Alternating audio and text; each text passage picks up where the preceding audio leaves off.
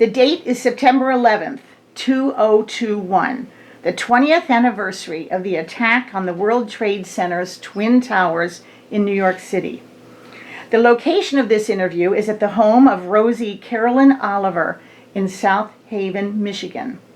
The time is 1:00 p.m. Today, the person being interviewed is Carolyn Louise Anger Oliver. Carolyn was born on August 17th, 1925. Carolyn worked at Consolidated Aircraft in San Diego, California during World War II. This interview will be conducted by Claire Kitchen-Daw, a tribute Rosie at the Yankee Air Museum. This interview will be videotaped by Claire Kitchen-Daw. Observers present are Ron Oliver, Carol Oliver, John Daw, Don Kitchen. This interview is being conducted on behalf of the Oral History Project at the Yankee Air Museum in Belleville, Michigan.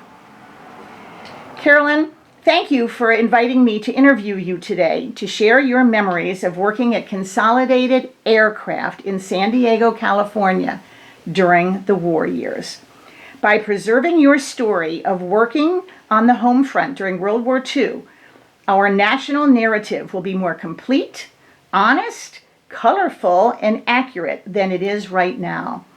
Primary documentation is vital to any study of that world conflict, and the National Veterans History Project appreciates your willingness to help fill in the gaps. Please state your full name, including your maiden name. Carolyn Louise Anger Oliver. And when and where were you born? In Port Huron, Michigan. And date? Date, August 17th, 1925. All right. And what were the names and occupations of your parents? Well, my father worked at a paper mill. He was a superintendent of the Port Huron Paper Company. And he also was a minister. And he pastored a church in Port Huron. And what church did he pastor at? It was Sparlinville Community Church. Okay, and what was his name? James I. Anger. Okay. And what about your mother? Who was she and what did she do? My mother was Frances Jatira Hungerford, and she worked at feed knitting mill during the war. During the war. Did she do something before the war and when you were growing up? Just, no, well, she did, she worked at the knitting mill quite a while, but I think she started after the war. Okay, so that's good to know. So she was busy being a mom to a young family. What about siblings? Did you have a lot of siblings, and are any still living? No, they're all dead but me. I outlived them all. But there was 8 of us. Can you give us the rundown of the names? My oldest sister was Rita. Do you want her maid? No, just Rita. What were all the names of the kids? Just go right down the line. Ruth, and she passed away when she was a baby. And there was Orlo, Herbert, Frederick, Mildred, me, and Gerald. Okay, and Frederick you called Fritz. Fritz. All right. And we called Herb, and my pet name was Pee-wee. I went by Pee-wee all my life. Kids didn't even know my real name. Well, and you were always little. So I think Pee-wee is a good name. Yeah, all my life. Right. And where did Orlo come from? Where did they come up with the name Orlo? I think my mother had a friend. Her name was Rita, and she named Rita after her, and her husband was Orlo. Oh, okay. So there's a connection. There's something that's happening. All right. Tell us about growing up in Port Huron, Michigan.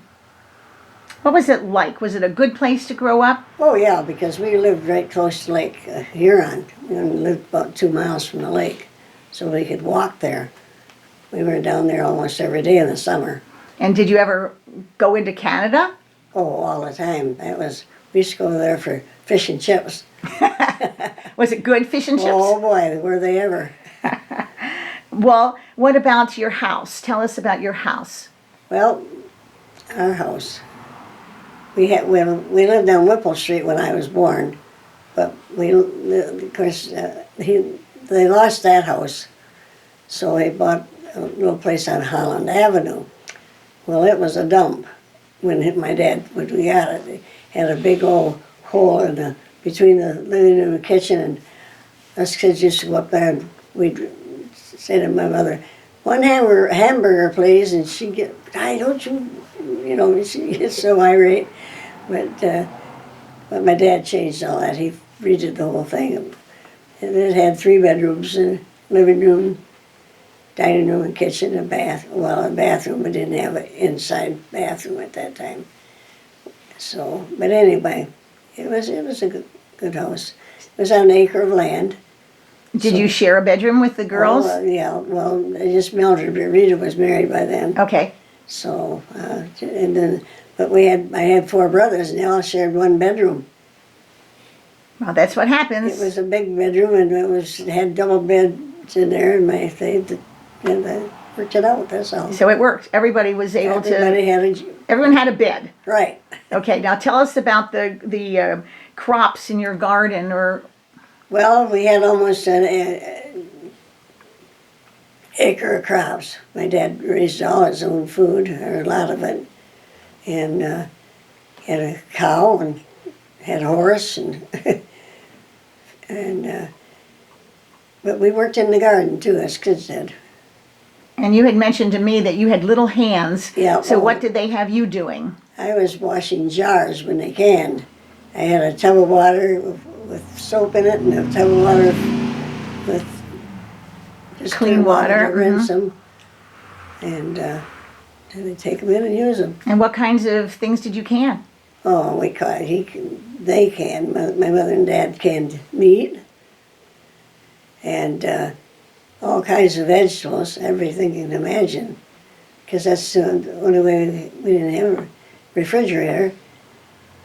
Did you have electricity in your house? Not when we first moved in, Okay.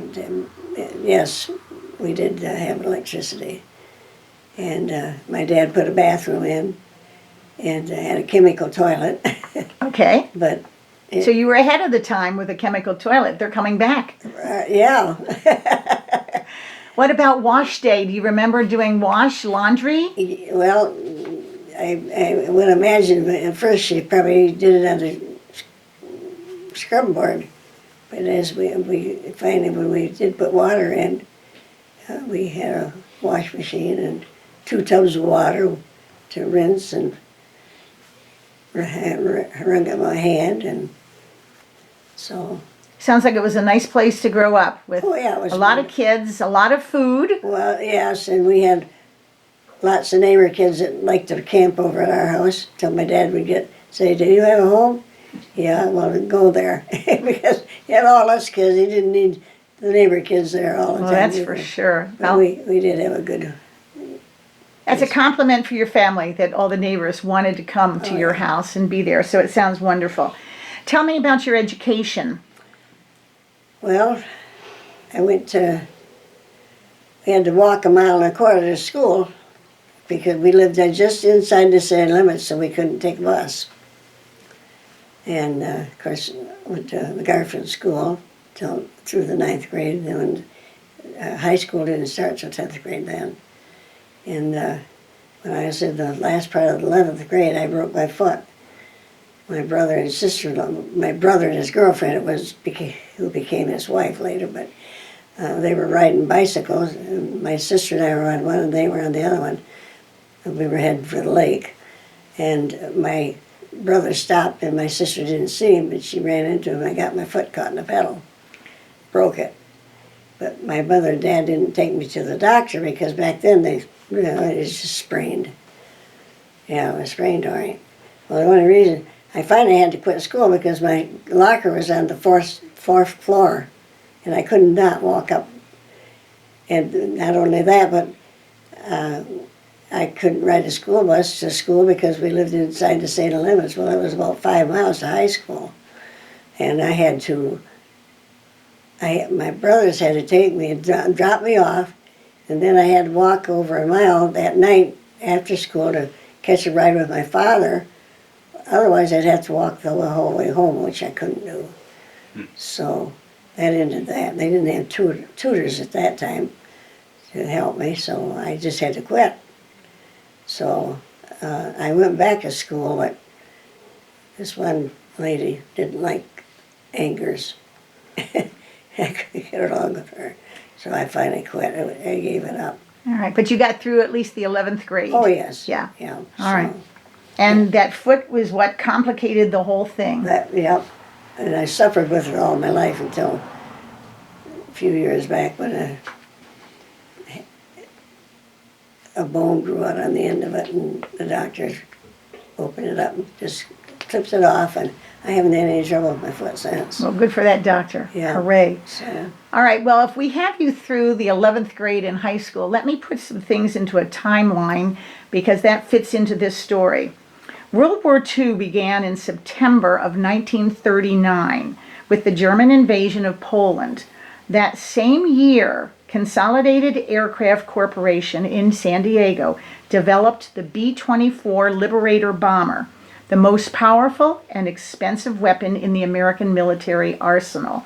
It was a colossal 4-engine bomber with a flying range of 3,000 miles.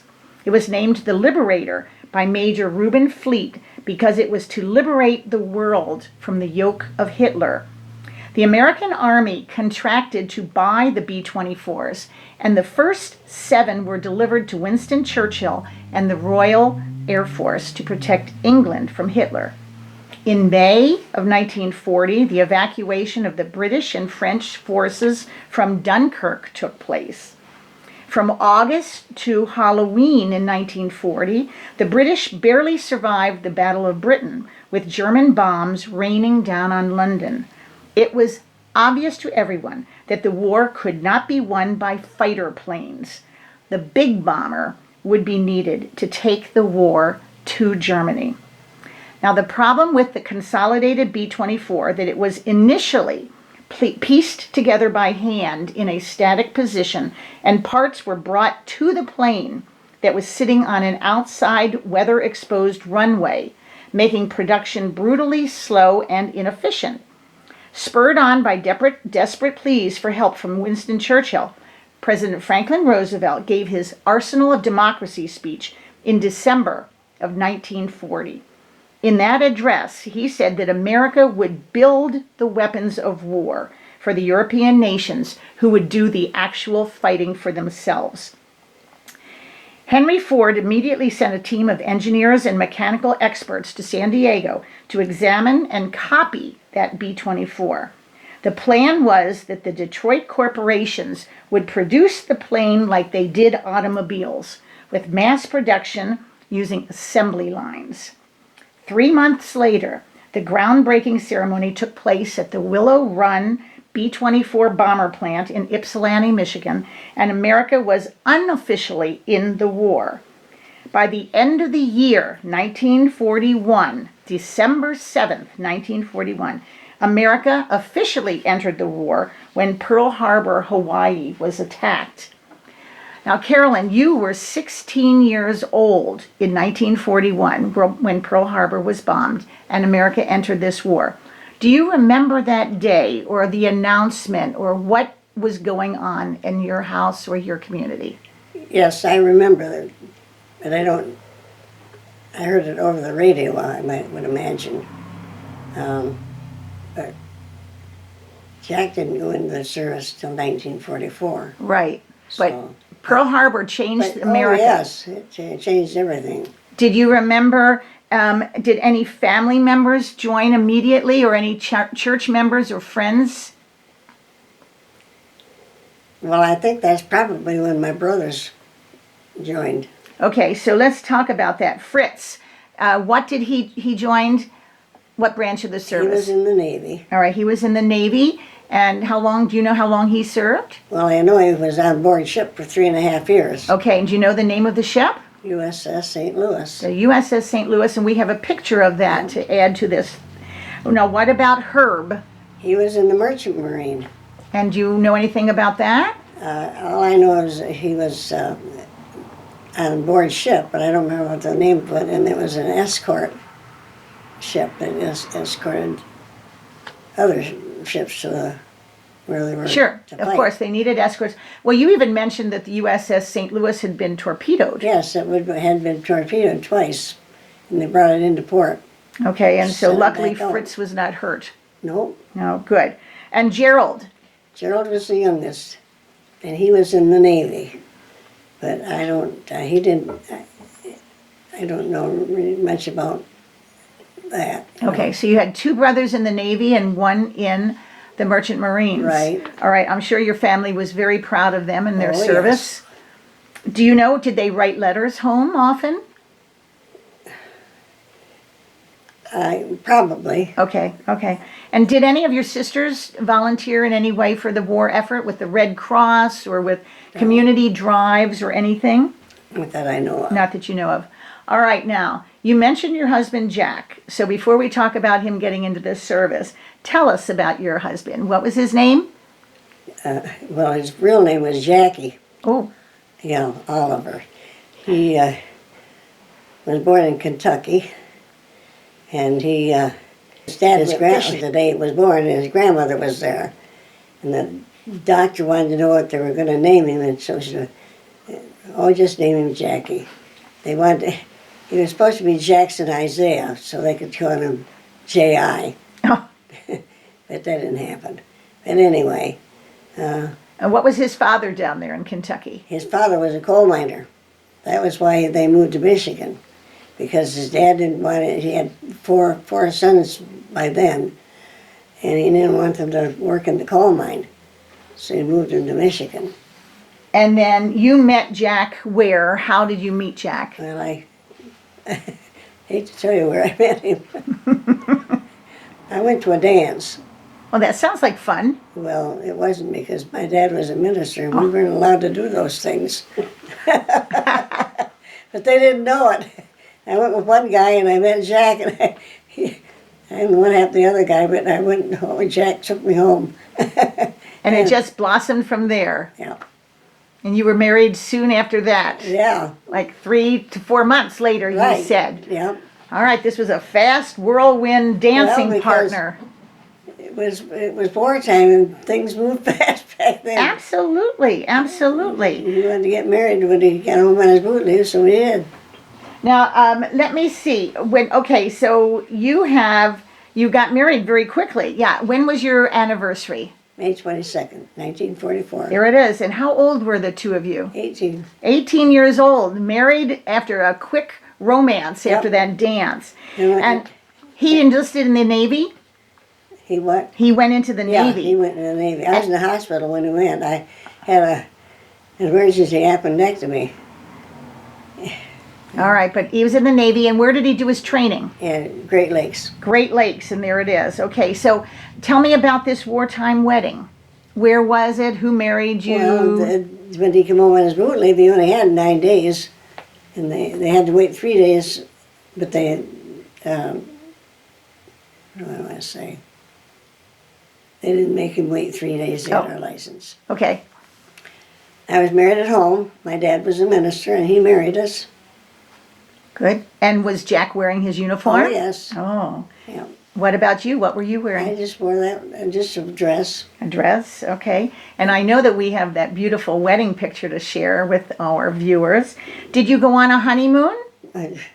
Where? You didn't have time. We got married. You got married and that was it. That was it. And then, where was Jack stationed in the Navy? Well, he had to go, that's when he went to, after that, he went to Sacramento.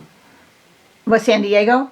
Before he went to San Diego. He went to Sacramento. No, I went to San Diego. Okay. And did you told me at once he was stationed, he did some training in Richmond, Virginia? Oh, yes, that was before. Okay. That was only a few weeks. It was in, yeah. Yeah, it slipped my mind. I don't know Okay. where. But anyway, so he went around, and so then let's talk about his job in the Navy. What was Jack's job? Well, he worked on I don't know what's the name of the things. It was a landing craft. And if they broke down, he had to fix it. Okay, so he was a mechanic, basically. Yes, well, yeah, that's what he. I can't remember. Well, you told me it was a Fireman First Class. Well, that's what his rank was. Yeah, and then that means they were involved with the firing, the running, and the maintaining of boilers and pumps and all the mechanical things yeah. at that point. And he was based in San Diego on what island? Coronado. Coronado Island. Okay, and I know that when you lived in San Diego, you lived in a house. Yes. All right, where and how did you find a place to stay? You mean with the Varleys? Mm-hmm. I would imagine through the paper. I don't remember. Okay, so this was a private home. Yes, it was private home. And it was owned by Mr. and Mrs. Varley. Mm-hmm. Did you have free access to the house whenever you wanted? No. Do you have a key to the house, or Oh, yeah, we had a key to the house and the use of the bathroom and a room. and a That's all we room? had. All right, did you have kitchen facilities that you could use?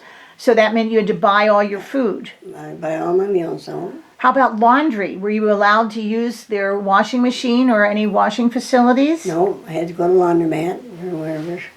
And Jack came home every night from. Almost every night. Was that unusual to have sailors not stay on a barracks or with their Well, troops? he did stay in the barracks at night. So he came home to eat with you, to see you, and then he'd go back? In the morning, I would catch a bus, and then I had to transfer, and we'd get on the same bus, and then he'd go to where the ferry was to go to the island, and I would transfer to a streetcar, and then I had to transfer another bus to get out to the aircraft factory. Well, so when we're talking about living with the Varleys, you said it was very expensive. Jack was making how much money every 2 weeks? $15 every 2 15, weeks and you were getting a check for $50 a month. from the government for his pay. So the fact that you had expenses, you were having to eat all your meals out, meant you needed a job. I had to. Yeah, you had to get a job, and so therefore you became a Rosie the Riveter Yes. at Consolidated Air. Was it what you were there? You said from 1944 to 1945. Yeah. And was it hard to find a job there? No.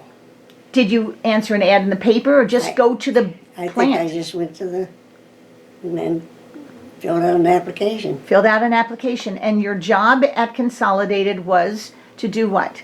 to rivet. Rivet on the B-24. All right, interesting. Now, tell me again, how did you get to work? Well, I rode a bus and transferred to a streetcar and transferred to another bus to get there. And about how long would it take you to get there? I don't remember. Probably an hour. So that means you had a long day at this point, traveling there, working all day, and then traveling home. I'd stop on the way home at night and get something to eat. There was a little restaurant at the corner where I got off the bus and walked about 3 or 4 blocks to the house where I stayed.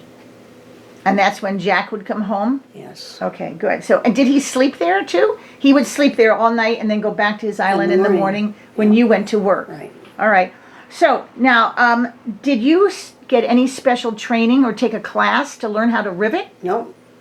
Did you feel that since you were pee-wee, was it heavy holding a riveting gun? I don't remember, but I know it was, you know. Yeah, there it was. Okay. It was. And where did you rivet? What part of the plane? Well, I riveted around the windows. Around the windows, and there are a bunch of windows, of course. yeah. And I think that is called the skin of Yeah. the plane at Yeah. this point. Did you only rivet windows? No, after the doctor made me quit doing that, I worked in the tail end of the ship. Because I was short and I could stand right up straight and drill holes. Oh, good. So you were a driller in addition to a riveter at this point. When you were doing a window, do you have any sense of how long it might have taken to go around a window? Remember. Okay. Did you wear a pocket apron for holding your rivets? I don't remember. Okay, maybe not. What did you do when you finished that window? Would you just move to another window? All right. And do you remember what you did in between, or was it always just do this window and then boom, there's the next window. Right. So there was really not much downtime. No. Okay. No. Now, riveting is usually a two-person job. One person to rivet and the other to be a bucker that adds resistance so that the rivet will bulge out a bit after going through that hole that you were making. That's why if you rivet, you have no need for screws or washers or any kind of bolting. It's very efficient and it's streamlined. Did you have a bucker? I don't remember. Okay, so you must have been using one of the smaller rivet guns. I know I've interviewed other women who said it was like a one-handed curved stapler and that would make its own bucking at the same point. Did you have other women near you riveting? Yes. Did you get to talk to any of them while you worked, or was it all too loud? I don't remember. All right. Do you remember if the plane, by the time you worked there in 1944,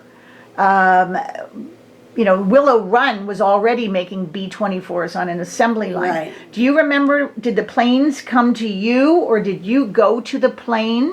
I think we went to it. You went to the plane, so they didn't have the actual assembly line there. I can't remember. Okay, so maybe they didn't change their manufacturing too much. I don't know. Was this a difficult job to do?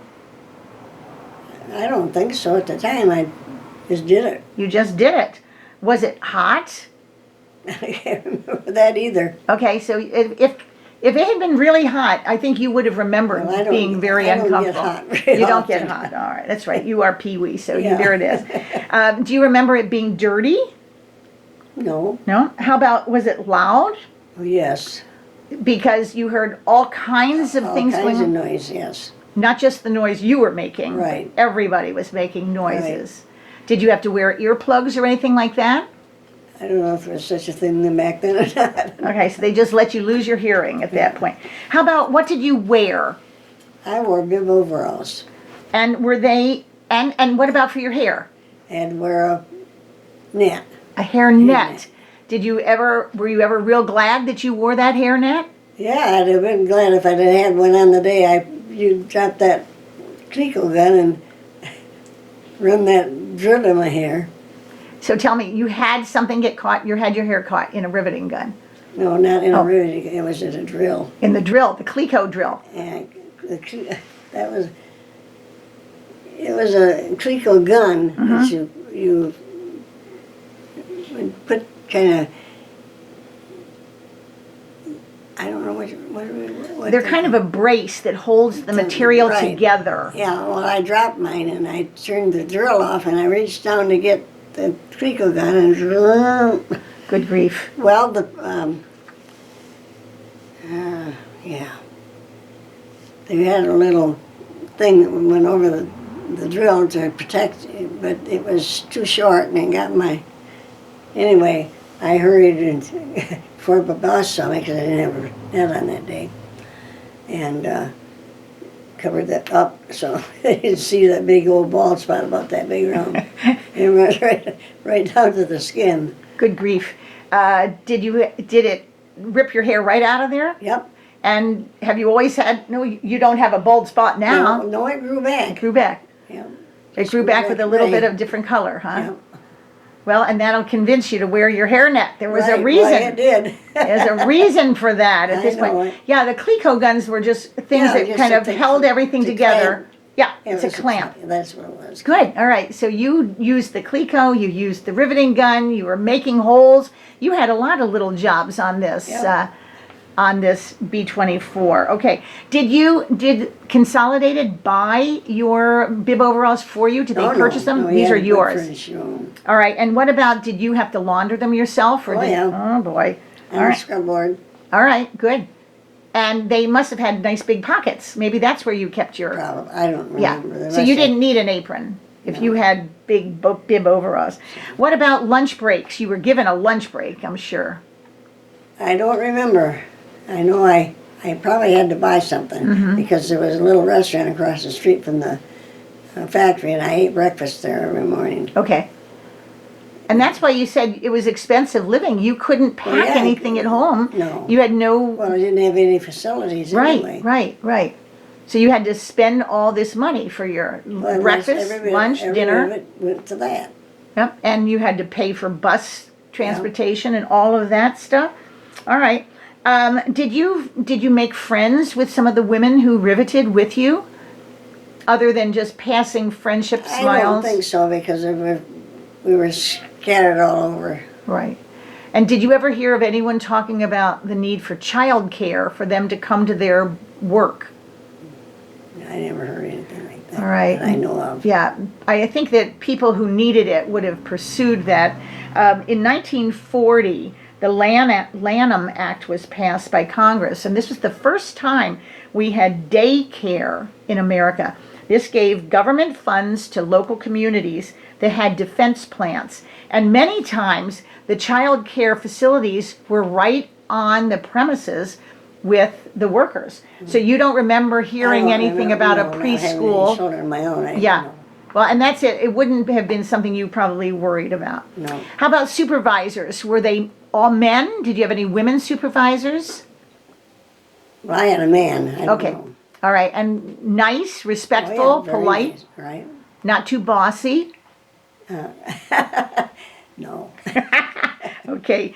Did you have to join a union? No. You didn't. But what about checking in the morning when you came? What was the process? How did your day Time begin? card. Mm-hmm. We had to stick in a slot and pull a little lever, and you had to do that at night when you went home. Okay. And you didn't have to do it when you went out for lunch? I don't think I was able to go out for lunch. I don't remember Okay. exactly All right. So you how I started. ate. I didn't eat much anyways. It didn't matter. There we go with that Pee-wee nickname again at this point. Did you have an ID badge or a card that you remembered? Did you show anything to get into the plant? I must have. I just don't recall, but I must have had a All right. And what shift did you work? day shift. Day shift, which was probably from 7 to whatever. 7 to 4? 4. Okay, so that was a long day when you think of the transportation to get to it, the whole thing. All right. Do you remember how much you were paid? No, but it wasn't much. It wasn't much, but it was enough. You were yeah, glad to have it. oh yeah, it covered. It seems like we got about $45 and we got that much. I don't remember. Okay. You know. Well, that could be. Willow Run was paying $1 an hour, so that's about $8-9 a day at this point. Did you did you get to save much of your money? No, You didn't. So the money that you were making was keeping you and Jack alive right. at this particular point. What did you think about being a Rosie? Were you patriotic? Were you thinking of filling in this for the war effort, or were you just glad to have a job? I think I was just glad to have a job. And glad to be near Jack. Yes. And there it was. The Yep. two of you were a team at that Right. particular point. Well, now, what did your family think of you being a Rosie if they were living in Port Huron, Michigan, and you were all the way across the country in San Diego? Well, I know I was very homesick. Yeah, but I imagine they were pretty proud because they already had 3 boys in the service, and their daughter out in California being Rosie the Riveter. So I would imagine they were very proud. And a brother-in-law, a son-in-law, I had- Jack. Yeah, I had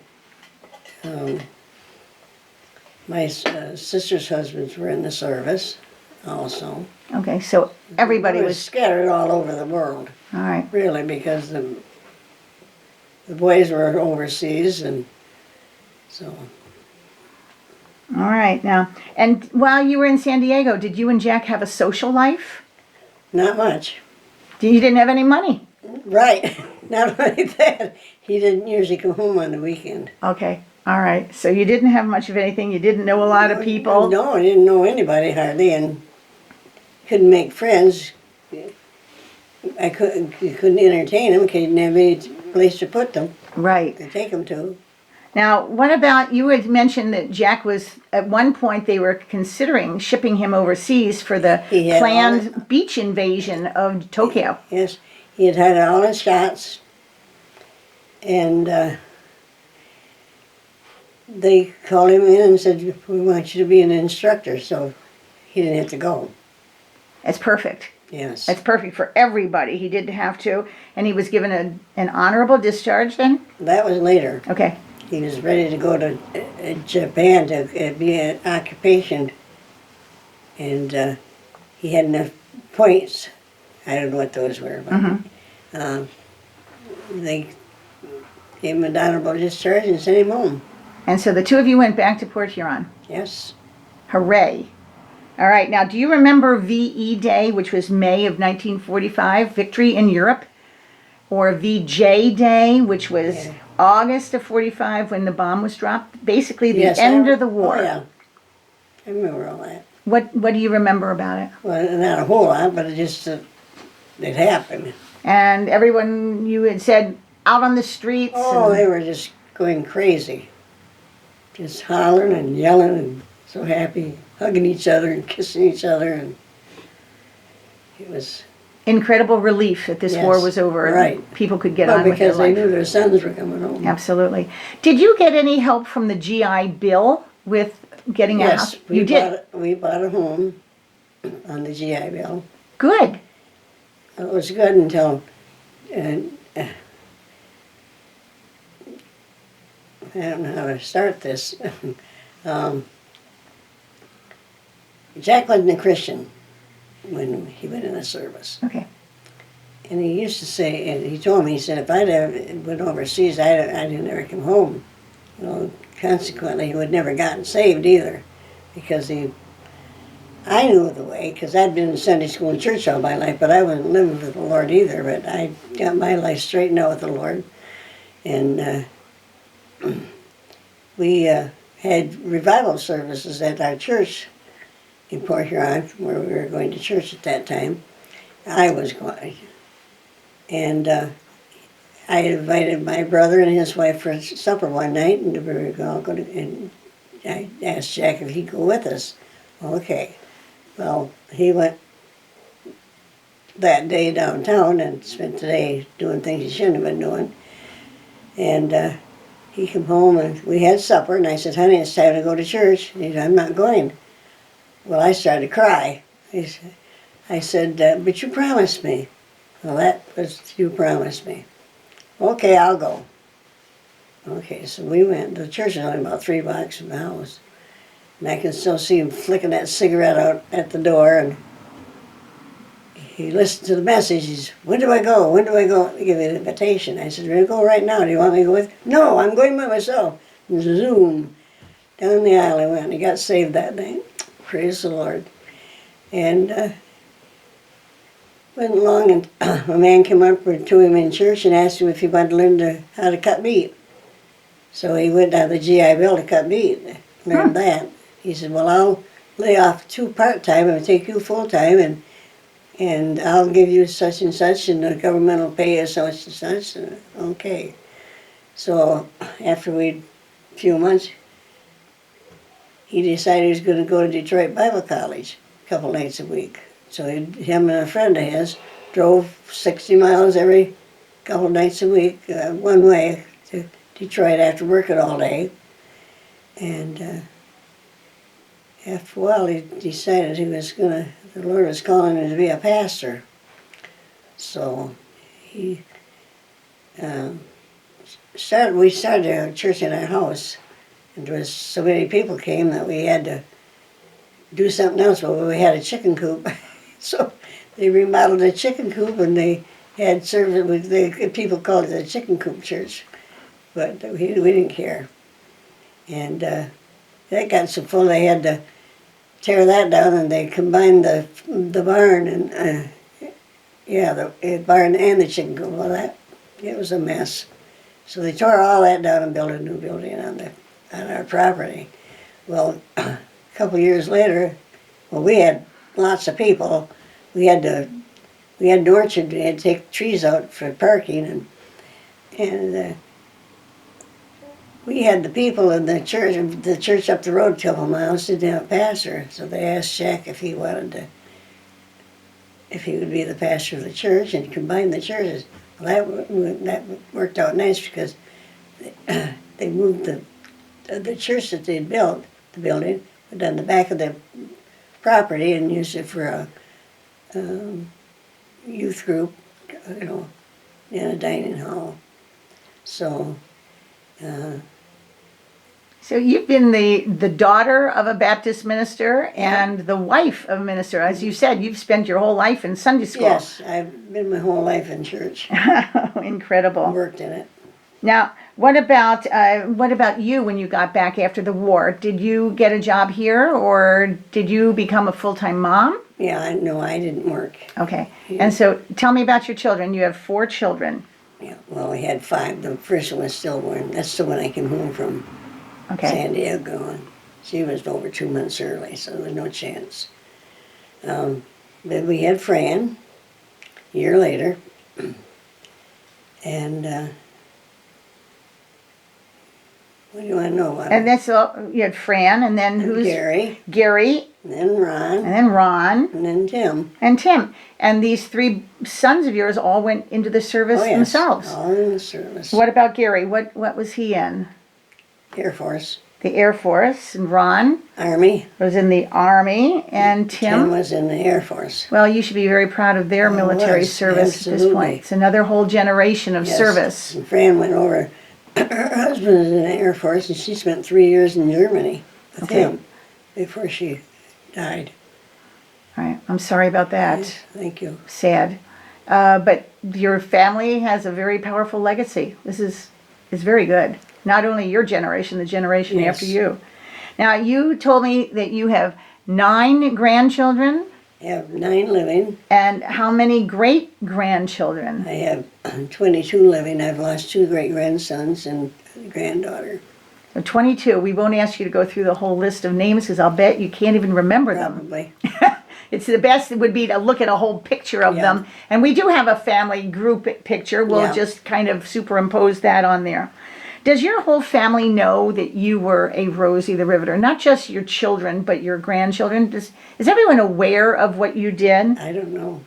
What do all these kids call you? Are you grandma or Grandma. Grandma Her great-grandma. and great grandma. Okay, so you don't know if they are. They'll be getting a copy of this DVD, so they'll know all about your war work, which will be fabulous. And I think that when we talked earlier, you had a very interesting perspective on celebrations and military picnics and gatherings when, let's say, on the 4th of July, they play the anthems of all the services and they have the sailors stand and the army stand. And what always goes through your mind? My mind probably went back to the years that I was Rosie the Riveter. Right. I always felt kind of left out because they'd have all the veterans stand up, and I thought, well, I felt like I did I was a veteran too. But You certainly were. And I think that's a very valid point for all of these things. It's always the soldiers, sailors, the Air Force, they got to stand up, and the Marines and everything else. And they need to have either one more song or just play something and say anybody else who was a Rosie or did something specifically. well, they don't think of those They things. don't, but they should. Yeah. Because you're right, you have been kind of forgotten, and that's one of the reasons that the Veterans History Project is interviewing Rosie the Riveters. Is there anything else you'd like to add to this before we turn off the camera? Not that I know of. Not that you can think of? All right, well, Carolyn, thank you for sharing your inspiring story with us. You're welcome.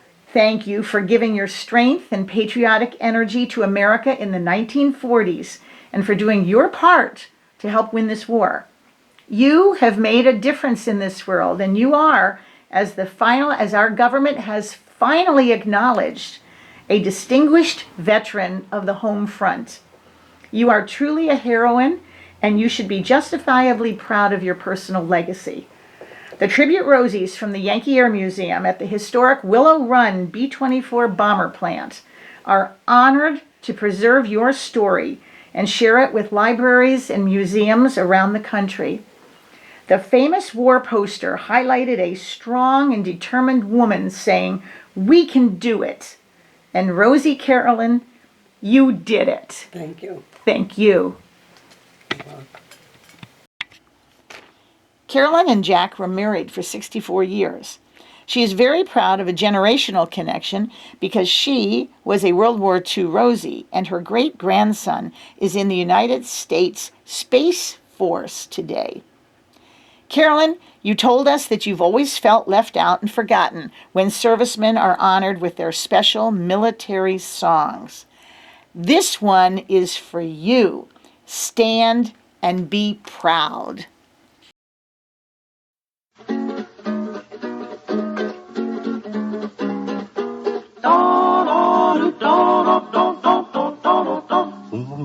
All the day long, whether rain or shine, she's a part of the assembly line. She's making history, working for victory. Rosie, the riveter, keeps a sharp lookout for sabotage. Sitting up there on the fuselage, that little frail can do more than a male can do. Rosie, the riveter. Rosie's got a boyfriend, Charlie. Charlie, he's a Marine. Rosie is protecting Charlie, working overtime on the riveting machine.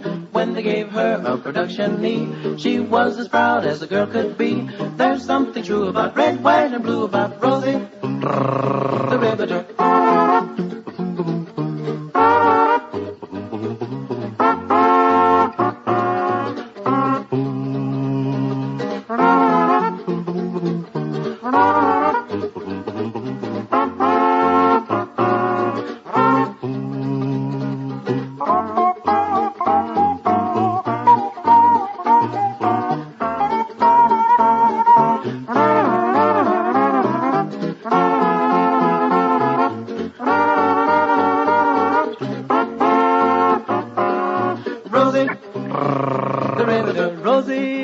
Rosie, working on assembly line.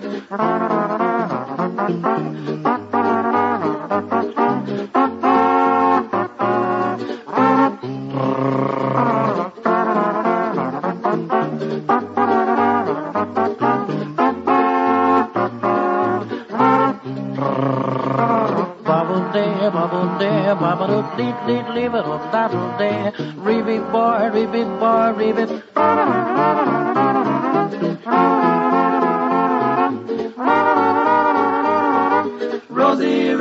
Rosie, the riveter, on the assembly line.